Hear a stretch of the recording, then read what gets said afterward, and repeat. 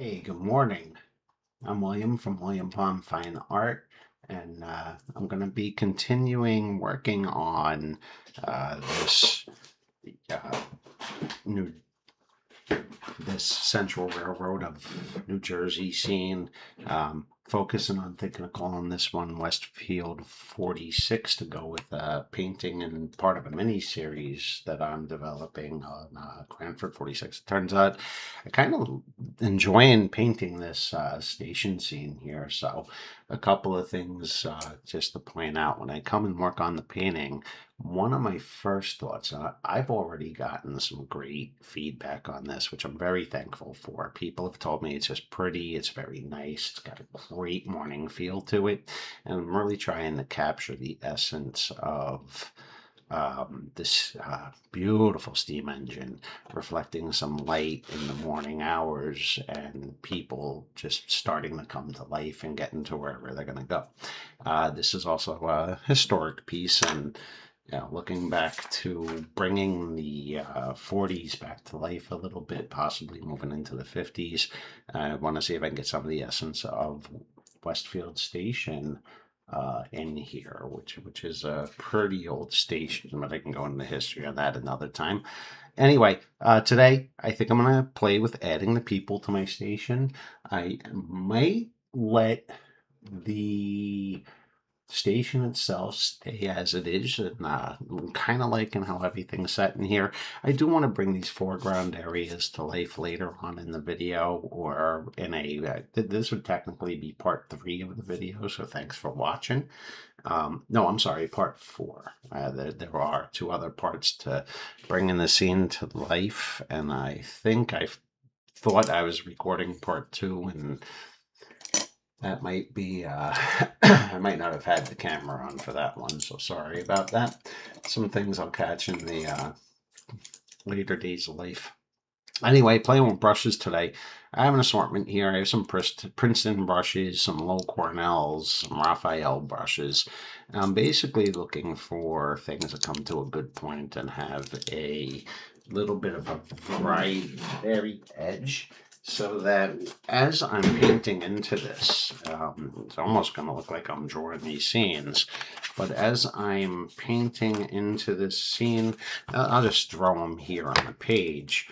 Some of the people are mapped out as a pencil sketch, and the shapes are small enough that I'm pretty much just going to have to bring these to life. So when I do that, I might be coming in and just quickly making people like shapes. And when I do something like this, I'll find colors and grays and areas of light and shadow I can add, and I'll be coming in kind of like little forms like this in my first go, getting the essence of the person down, and really just kind of bringing these to life. Now, I can come in here. I think I'm going to use a kind of cool shadow that I already have mixed. For this painting, I am using Holbein Professional Artist Watercolors. It's a fantastic brand. And here we go. I'll come in here, start thinking about how I want this guy to come to life. He's going to look pretty. The shape of the person at first might look pretty basic. Sorry, that took me a minute to get out of my head. Um, but I'm going to be looking for some sort of skin tone and whatever basic layout for some grays. This gray I'm using right now is greenish. I could adjust the color of that. I did just put a little magenta into this. Made him get lost behind that weird tree-like shape in a sketch. And then as I let these sit for a minute, the little thicker paint, and come in, and if they're wearing a hat or if they got some hair, put a touch of shadow on top of this just to separate forms, just to bring it to life a little bit more. And hopefully have basically a piece. Now I'm looking at the color combinations. I'm hoping a kind of little cast people like shadow like this coming off the back of the work. So when I map these people, I mean, if I wanted to go, I'm gonna go as natural as I can in the piece, and I do have some of the people shapes already sketched out. But if I look at the reference real quick, let me pull up my black and white that we've been using for this. Again, I used Chat GPT to kind of help me bring this to life, and put in some reference photos that I had, and I did ask my computer friend to help me get this together. So I have people over here. You could see little indications of their face, but at the distance they are in a watercolor painting, I might not have to do much more. Like I'm not gonna, that's gonna be so small that I'm not gonna be,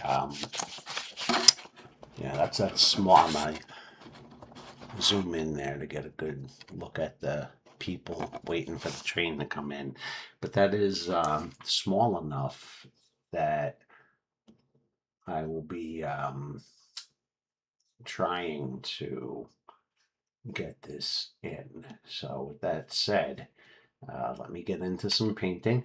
On this one, I think I'm gonna work wet, dry into wet.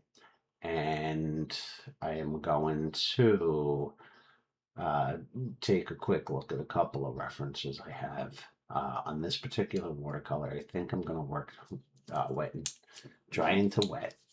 I'm sorry, wet paint on dry paper, again using a New York Central hot press paper, which has a pretty smooth surface. And on most of the people here, I'm going to be using some finer point brushes that come to a good. I might not even need this. This is number 7 round. I might not even need that today. And yeah, let's get into some painting here, and hopefully this goes according to plan. So